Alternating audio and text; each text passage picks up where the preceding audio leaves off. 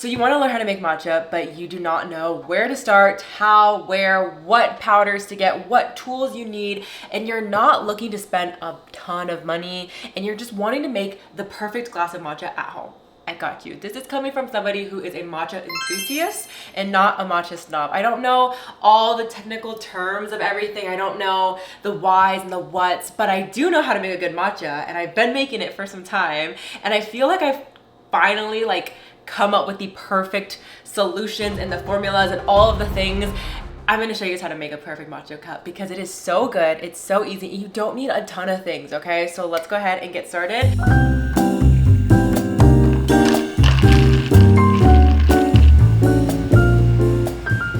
Okay, so let's go ahead and get started on what we're gonna need as far as matcha essentials go, what tools we're gonna need, what things that you're gonna need to go and get. Okay, so you don't need a matcha bowl, but it's gonna make your life a lot easier. They're very, very affordable. A lot of them come in kits on Amazon. That's gonna be the best bang for your buck. But this one here is this beautiful white one I got off of Amazon a while back.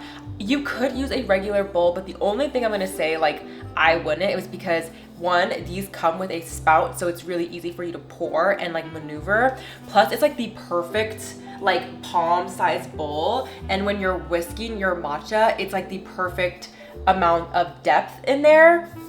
So the matcha's not gonna spill everywhere. I'm able to create a lot of momentum and get a good amount of foam. I would recommend getting yourself an actual bowl of some sort, of a matcha bowl.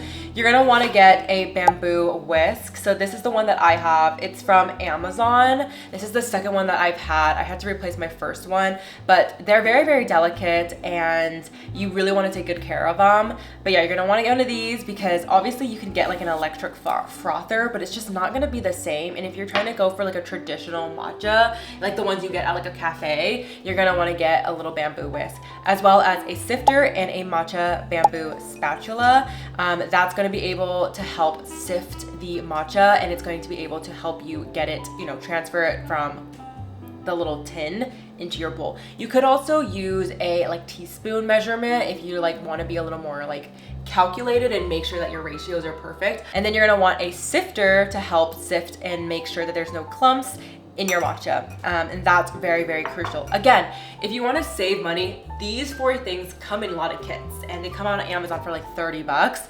But if you want to start buying better ones, or you want to branch off, that's completely up to you. But all 4 of these things I just mentioned, you can get off of a kit from Amazon. Okay, so the last thing I'm gonna say that isn't a need, but it's more of a luxury thing. If you're able to, I would invest in a gooseneck kettle because this has been so life-changing for me. I used to microwave my water and then touch it. I would never know the temperature of it, and then I would just use it for my matcha. But this really, really helps because one, it's elongated, so it has that gooseneck, so it's gonna get that perfect pour for your matcha. But two, you can control it with the temperature. This one's from Amazon, and I love it so, so much. So again, not a need, but it's definitely something that has helped elevate my matcha making in the morning. And that's all the freaking tools you're gonna need. Okay, so let's talk about what ones I would recommend for different reasons. Okay, the first one I'm about to show you is very beginner friendly. It's also very accessible to get, and it's pretty affordable for a matcha powder. So this is the Naoki Fine Japanese Matcha Superior Blend Ceremonial Grade Matcha. For 40 grams, about 1.4 ounces, it is going for $23.99. You can get it off of Amazon Prime. It's very, very accessible. For me, I would say the notes for this is a little bitter, it's a little sweet, but it's very umami as well. Okay, that's what I would say about this one. It's great for an everyday matcha option, a beginner-friendly matcha, or if you're just trying to experiment with matcha, I would say it's a good transition to whatever else you want to get. I mean, at $23.99, you can't really beat the price. Second Matcha, I actually have a subscription with them, so I get the matcha every month.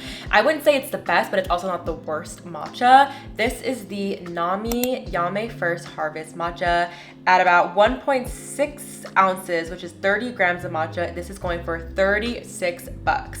As you can tell, it's a bit of a price difference than the first one. I would say for the notes, this one is very nutty. It's also very smooth, and there's a little bit of sweetness to it. It's not very umami, so if you're not an umami girl, try this one. I like that it's very nutty, and that is one thing that draws me back to this one specifically.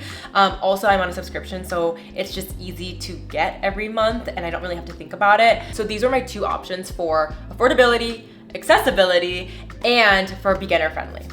I like almond milk in my matchas because I like the taste of almond milk, but if you are a 2% milk drinker, if you're an oat milk drinker, do whatever you like. Preferably, I like almond milk, so I put almond milk in my matchas. So as for sweeteners, I alternate between these two. This is just regular maple syrup. I love the taste of maple syrup in my matcha. If I'm feeling a little spicy that day, I'll go for this homemade Earl Grey syrup that I made. I've also done a jasmine syrup also that's really delicious in matcha. So right now I kind of alternate between the two just depending on like what I want in my matcha. But syrup is really simple. You could do simple syrup, you could do vanilla, you could do maple syrup, honey, literally do whatever floats your boat. Officially the time that everyone's been waiting for, it's time to make the matcha. I'm gonna go ahead and set my kettle over there at 176. The ideal water temperature for matcha, just because you don't wanna like burn your matcha leaves, is 140 degrees to 176 degrees Fahrenheit, okay?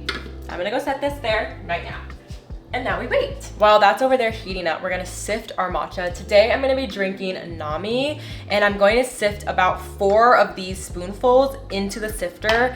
And once it's in the sifter, we're gonna sift it into our beautiful bowl.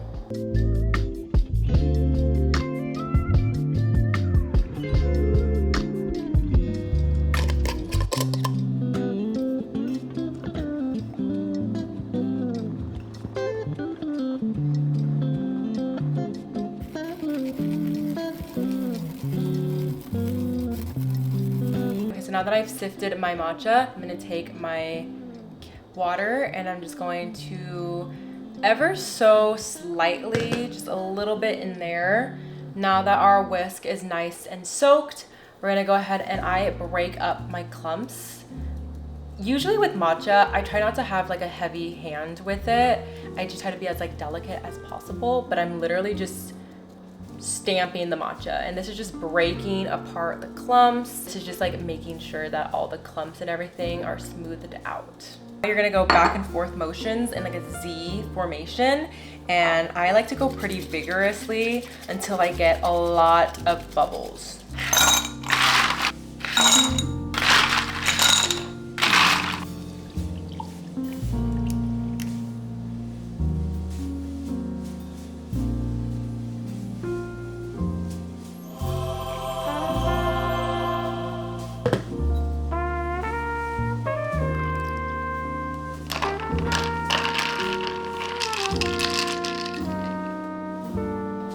I wish I could just like give you guys the matcha because it's so good. Coming from somebody who's not a like matcha snob or a matcha queen, I think this is pretty damn good, and I make this every day for myself and I'm really happy with it. So if you've been wanting to make matcha at home, this is your sign. Take it upon yourself, learn how to do it. It's so easy, it's so good. I am no means a matcha like connoisseur. I am just an enthusiast that loves matcha. I hope you guys enjoyed this video, and I'll see you guys in the next one. Bye!